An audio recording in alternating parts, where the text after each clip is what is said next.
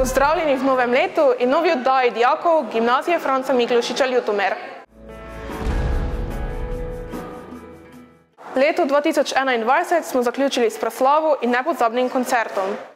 V četrtek, 23. decembra, smo se proslavo na GFML obeležili spomin na 26. december, ko praznujemo dan samostojnosti in enotnosti Slovenije. V prireditev so nas popeljale Euridike, vokalna skupina, ki jo vodi gospa Romana Rek, predstavile so se s 4 pesmimi. Po spodbudnem nagovoru ravnatelja nas je navdihnil intervju z gledališko in filmsko igralko Anito Gregorec, sicer našo bivšo dijakinjo, ki sedaj živi in zelo uspešno ustvarja v Pragi. Naja Magdič je ob glasbeni spremljavi Timoteja Tivadarja in Dina Kralja navdušila s pesmijo No Time to Die. No time to die.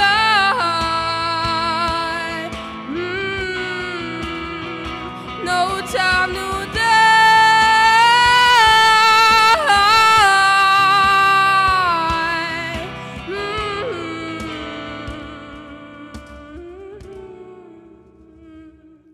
Glasbeni gost na prireditvi je bil reper iz Gornje Radgone Leopold I. Z glasbo, ki je atmosferično raznolika in ritmično pestra, ruši stereotipne predstave o rapu. Pravi, da je pomembno živeti v tem trenutku in zdaj. Hvaležni smo mu bili za preprost pogled na zapletena družbena vprašanja in za optimistične misli, ki jih je delil z nami med koncertom. Uživali smo. Vsi otroci so enaki pred zakonom, razen Mare, ker ima pare. Kdo nabija taka zvočnike ne skura, ker ji pleše, ko je policijska bura. Kdo ne ide spat, ko bi moga iti, in kdo od koga dovade porite. Dijaki predšolske vzgoje so v predprazničnem času pripravili predstavo v zanimivi tehniki. Kamishibai je prastara umetnost pripovedovanja, ki izvira iz daljne Japonske. V japonščini kami pomeni papir, šibai pa gledališče.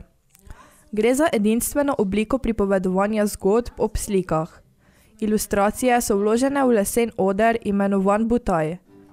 Pripovedovalec, kamishibaikar, o pripovedovanju menjuje slike, ki prikazujejo dogajanje v zgodbi.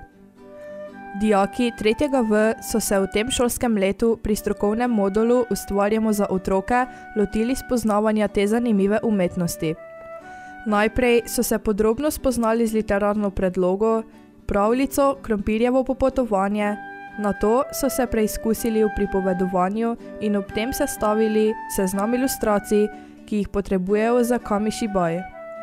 Ilustracije so ustvarili v kombinirani likovni tehniki akvarela in suhe barvice. Pripovedovanje so popestrili še z avtorskimi skladbami.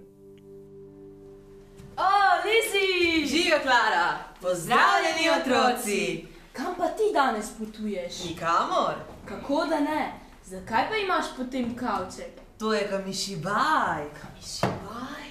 Ja, in z njim bova danes pripovedovali zgodbo o krompirjih. Ker so se ravno približevali božični prazniki, sta se Jan in mama odločila, da bosta pripravila slastno večerjo za babico in dedka. Bož! Joj, pečenka se smodi! Ampak veste kaj? Naš Jan je pravi kuharski mojster. Zato se je domislil, da bo babici in dedku pripravil kar zelenjavne zrezke. Ja, te ima on najraje. Ampak veš, nekaj še je manjkalo. Ja, nekaj sladkega. Zato sta se odločila, da bosta pripravila slastno jabolčno pito. Mama si je hitro nadela predpasnik. Jan je hitro stekel po jabolka. In začela sta kuhati.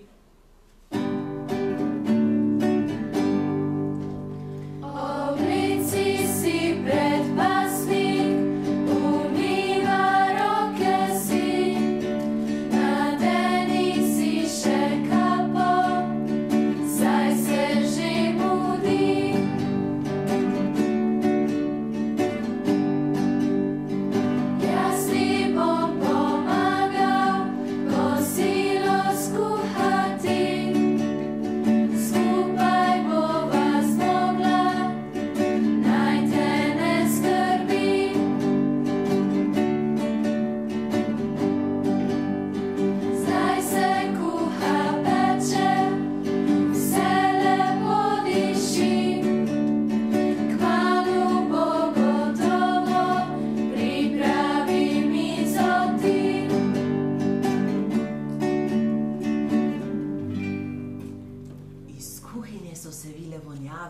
pečenih zelenjavnih zrezkih, rižoti zelenjavi, jabolčni piti, le še 2 jedi je bilo potrebno pripraviti, pečen krompir in pire krompir. Nato pa se je iz mize zaslišal nenavaden glas. Krompirčki so spregovorili in Jan jim je prisluhnil. Kako ti je ime? Je vprašal na rezine narezani odmrznjeni krompirček. Andrej sem iz Ljutomera. Zrasel sem na mali ekološki kmetiji, katero sta skrbno negovala Jaka in Ana. Kako je po tebi ime? Je vprašal Andrej. Jaz sem Irfan, prihajam iz Egipta. O, Egipta, to je pa tako daleč. Kako to, da si se znašel tako daleč od svojega doma? In tako je Irfan začel pripovedovati svojo življenjsko zgodbo. Zrasel sem v vročem Egiptu. Ker je tam zelo vroče, so me morali kar naprej zalivati, da se nisem posušil. Da bi zrasel čim večjega Irfana, so me zalivali z umetnimi gnojili in škropivi. Joj, kako je bilo grozno, še sedaj me duši, če samo pomislim na to. Ko sem bil že dovolj velik, so me odpeljali v hladilnico. Tam so me najprej narezali na rezine in kar je bilo najhuje, zamrznili so me. Več mesecev sem bil zamrznjen. Nato so me peljali v hladilnici tovornjaka, nato v hladilnici ladje, dolgo pot po razburkanem morju, vse dokler nisem prispel v ljutomersko trgovino. Od tam me je Janova mama spet pripeljala domov in ponovno zamrznila. Andrej je z odprtimi usti poslušal Irfanovo zgodbo, sam ni prepoznal tega zadošljivega občutka, saj je Andrej zrasel na mali ekološki kmetiji, katero sta skrbno negovala gospodar Jaka in gospodarica Ana. Včasih sta mu celo tudi zapela, pri tem pa nista uporabljala nobenih umetnih gnojil.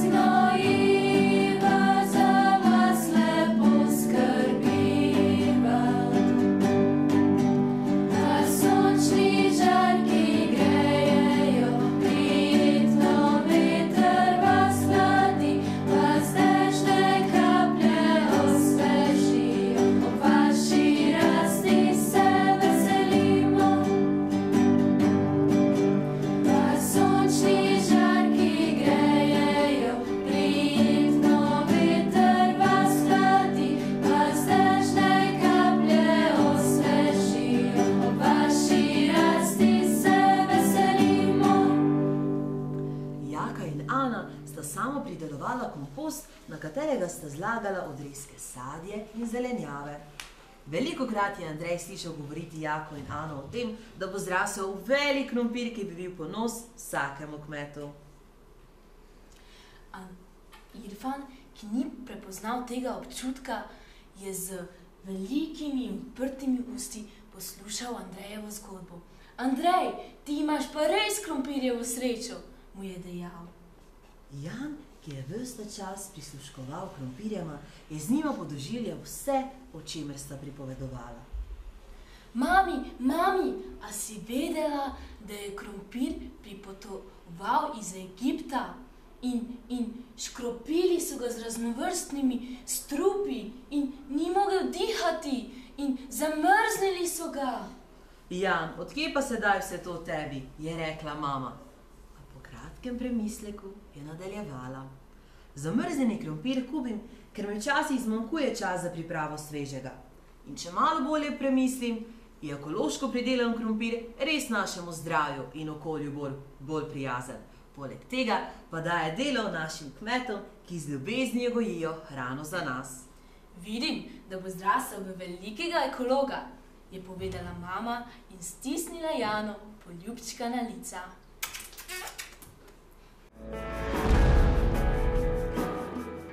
V okviru Miklošičevih dni smo spoznali pričevalce svojega časa, Dostojevskega in Kocbeka.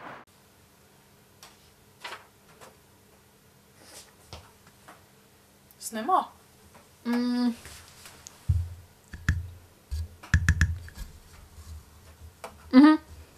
Ok, davate za to zrihtava? Ajde, da pa malo. Vse se je začelo z nujnim pozivom v knjižnico. Mislim, na tabli je pisalo, naj se tam takoj oglasila. Kar se nam je izdelo precej nujno. Ja. Zato sva profesorja vprašali, ali lahko čas namesto pri njihovih urah preživljava v knjižnici. Že spet? Nej. Manjkanje pri pouku naj bo bolj izjema kot pravilo. A naj vam bo? Ja, naj vam bo. Ko sva dobili usodni da, smo se odpravili v knjižnico.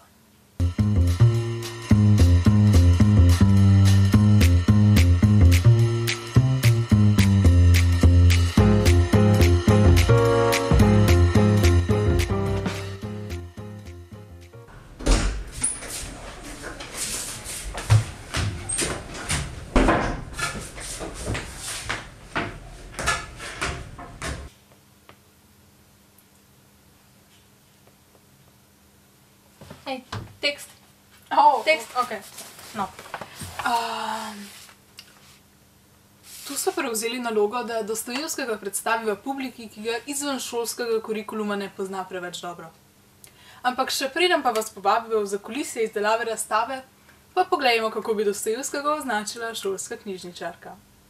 Očeta modernega romana, človeka, ki je raziskoval in raziskal človekovo psiho, njegovo notranjost, njegovo življenje in tisti vidik, ki je sicer zakrit. In če pogledamo njegov opus, ustvarjalni opus, njegovo izjemno zbirko romanov, lahko vidimo, da je bil res plodovit. Razstavo sestavlja 11 plakatov, ki so razporejeni po celotni šoli.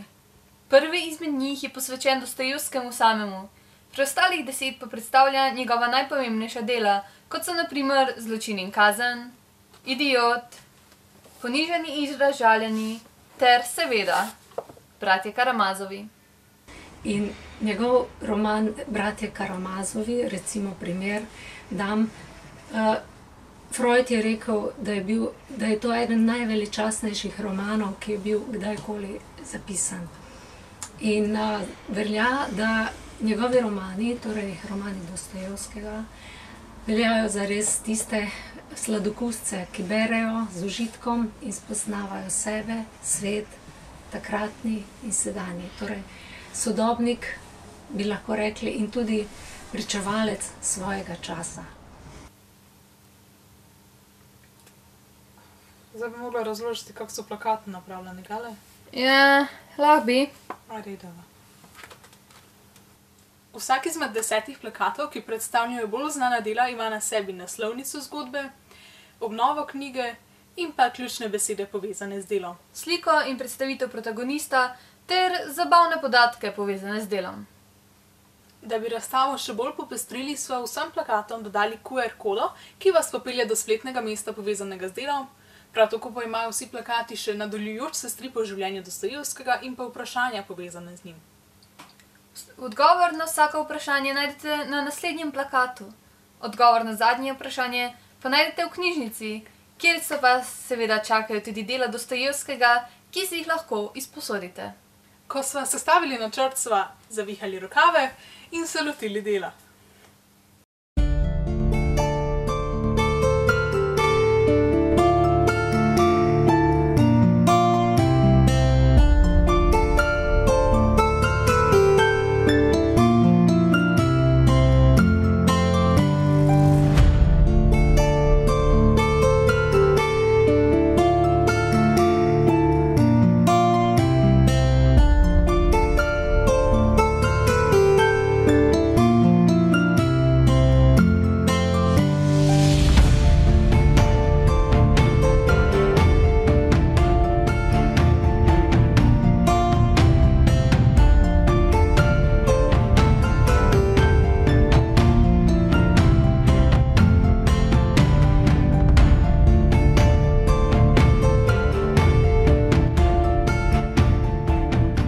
Večino dela nama je uspelo upraviti v knjižnici, a nama je kljub temu veliko dela ostalo za doma, kar ni bilo tako zabavno.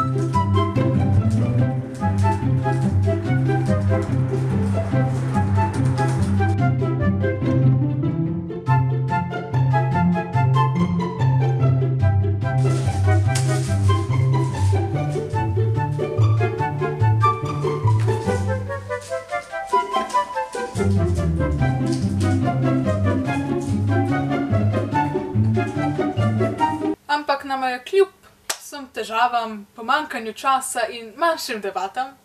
Mimogrede, ali ste videli, da SSKJ dopušča tako besedo nadobuden, kot tudi besedo nadebuden?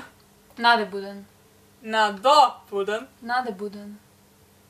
Nadebuden. No, kakorkoli že. Uspelo nama je. Plakati so bili narejeni in vse, kar nama je preostalo, je bilo, da jih razstaviva po šoli.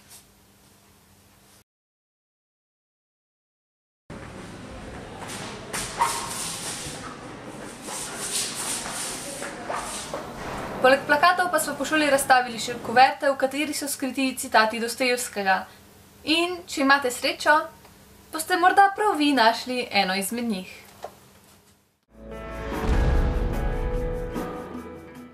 Nadaljevanje oddaje namenjamo raznolikosti jezikov in projektu Ješt. Že od leta 2017 je GFML vključena v projekt Jeziki štejejo, v katerem sodelujejo različne institucije s celotne vertikale izobraževanja. Projekt je usmerjen k razvijanju raznojezičnosti. Vsako leto na GFML potekajo delavnice, ki jih v okviru projekta Ješt organiziramo ob Evropskem dnevu jezikov. Zakaj jeziki štejejo?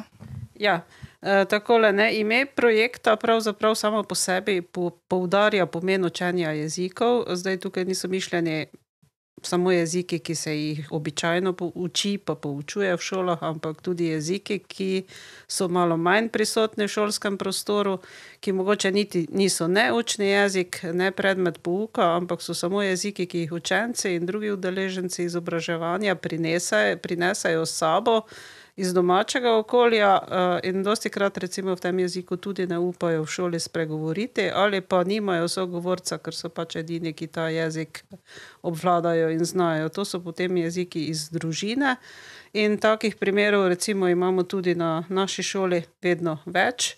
Nekoč nekako ni bilo tujcev, tudi mi nismo neka ciljna destinacija za priseljence, za migrante, medtem ko je to v kakšnih večjih mestnih središčih, večjih šolah kar precej prisotno. Recimo taka šola je pri nas osnovna šola v Logatcu.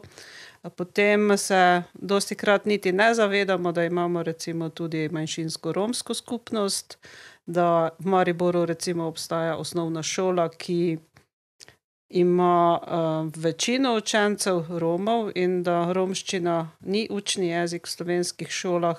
Potem so tu še albanske skupnosti, potem so tukaj migranti bivši iz bivše Jugoslavije in pa seveda moderni jeziki in vsaka šola dejansko ne more ponuditi čisto vseh, ki bi se jih učenci želeli učiti.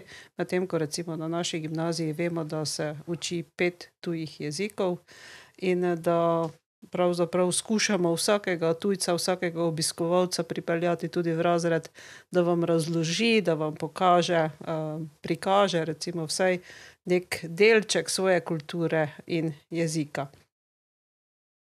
Kdo pa so sodelujoči na šoli in katere dejavnosti smo na gimnaziji Franca Miklošiča v okviru projekta opravili doslej?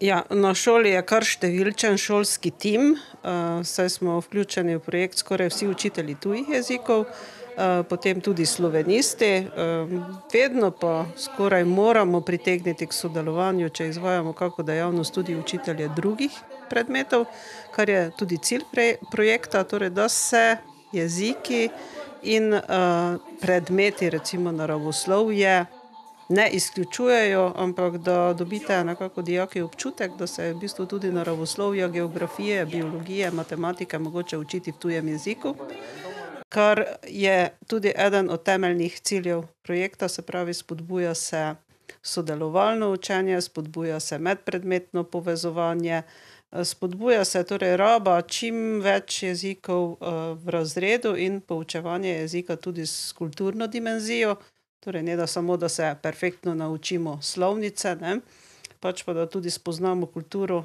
jezika, ki se ga učimo. To dosegamo recimo na šoli tudi z našimi asistenti.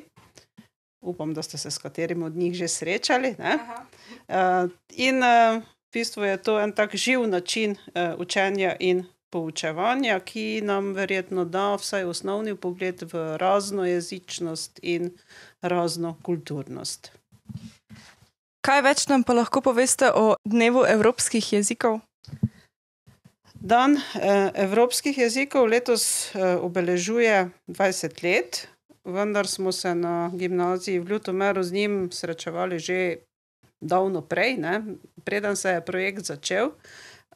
Od leta 2017 je to v okviru projekta Jeziki štejejo, že prej pa smo vsako leto pripravili vsaj neko dejavnost, da smo se opomnili sebe in seveda širšo skupnost glede pomena in številčnosti jezikov v Evropi.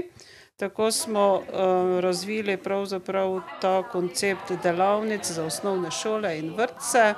Zadnji 2 leti nam je korona pač ponagajala, ker se nismo smeli družiti na glavnem trgu. Letos smo to spet storili, vendar v dosti manjšem številu.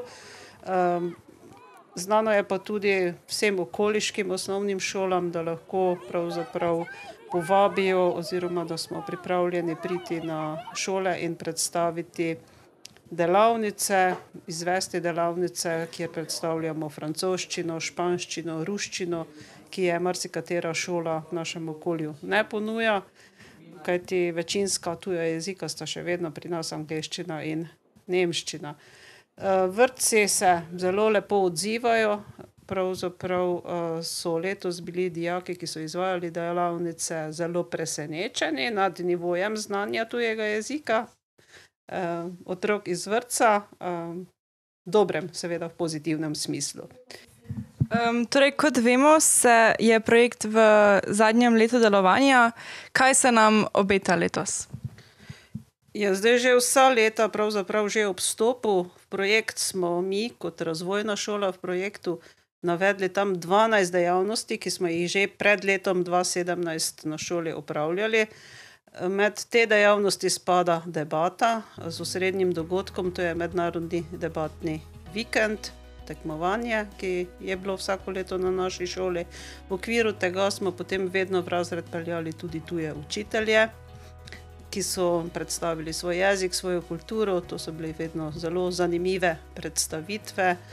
Potem so tukaj Miklošičevi dnevi, ki so se oblikovali skozi leta, kjer vam torej dijakom, pa tudi za zainteresirane učitelje in javnost pripeljemo predavatelje iz fakultet, da se malo seznanimo tudi z jezikom znanosti, ki seveda potem maturante čaka v naslednjem šolskem letu tudi kot njihov uporabni jezik, se gredo študirati, da vsaj malo neko izkušnjo pred študijem dobimo in vidimo, kako pravzaprav deluje znanstveno področje jezikoslovja. Potem smo v okviru Miklošičevih dni vedno pripravili tudi pogovor z učenci, dijaki, ki so iz večjezičnih družin. Naprimer, madžarska meja je blizu, hrvaška meja je blizu, kar nekaj je priseljencev, družin z 2 jezikoma ali pa celo 3 večjimi. Potem smo risali jezikovne karte, zemljevide In letos ravno na Miklošičeve dneve prihaja profesorica z pedagoške oziroma filozofske fakultete v Mariboru, ki bo predstavila rezultate teh raziskovanj, kar bo zelo zanimivo. Škoda je le, da so pač tisti, ki so risali karte, zdaj že maturirali in jih ni več na šoli, da bi te izsledke videli. Potem so to dejavnosti pri pouku, predvsem pri pouku tujih jezikov, različni medjezični projektni dnevi z večjezičnim pristopom. To pomeni, da neko temo recimo obravnavamo primerjalno, naprimer slovenska zgodovina, jezikovna zgodovina v primerjavi z nemško ali angleško jezikovno zgodovino. Ali pa preprosto, recimo tudi lani smo primerjali frazeme. Danes nam na spletu pravzaprav orodja omogočajo, da se lahko dokaj zanesljivo poglobimo v primerjanje med jeziki. In pa, kar bi letos želeli storiti, je, da nekako to trajno zabeležimo, da bi jezike na šoli napravili vidne, z nekimi napisi, opremili učilnice, kar bi pravzaprav potem vse nas na vsakem koraku opomnilo, da je jezikovna pestrost ves čas prisotna. Še mogoče ena stvar, rezultat projekta bi naj bil tudi jezikovna izkaznica. Jezikovna izkaznica se bo pravzaprav šolam podeljevala kot priznanje za prispevek, ki ga dajo oziroma za poudarke na področju večjezičnosti in večkulturnosti, kar je tudi osnovni cilj projekta. Nekako bi res morali razmišljati o svetu kot o enem, ne glede na kulturo, na jezik, in pa seveda dati dijakom, učencem, vsem ljudem priložnost, da izrazijo sebe in svojo kulturo v svojem maternem jeziku. Ob koncu pa še vabilo k našemu novemu podcastu GFML-jevci, kjer bosta ta mesec gostovala Jan Jurkovič in Edina Makovec. Ja, seveda je bilo lepo priti nazaj. V bistvu je dosti enako, kot je bilo, dosti pa je fejs drugače. Tako da, ja. V bistvu se nekako teh časov z gimnazije dostikrat spominjava čist preprosto, ker če bi se morala še enkrat odločiti, kam bi šla v srednjo šolo, sva se pogovarjala, da bi oba prišla nazaj na gimnazijo, sem v Ljutomeru, ker se nama zdi, ker smo teh 4 leta oba imela vrhunska leta, no. In vsakomur vedno priporočava, da se vpiše v gimnazijo v Ljutomer, ker kljub temu, da so včasih kakšne ure težke, kakšni testi težki, je v bistvu, ko potegneš črto, ful fajn. To je bilo vse v januarski oddaji Aktualno na GFML. Osnovnošolce vljudno vabimo, da se nam pridružite na informativnem dnevu. Do takrat pa vam želimo vse dobro in ostanite zdravi. Adijo!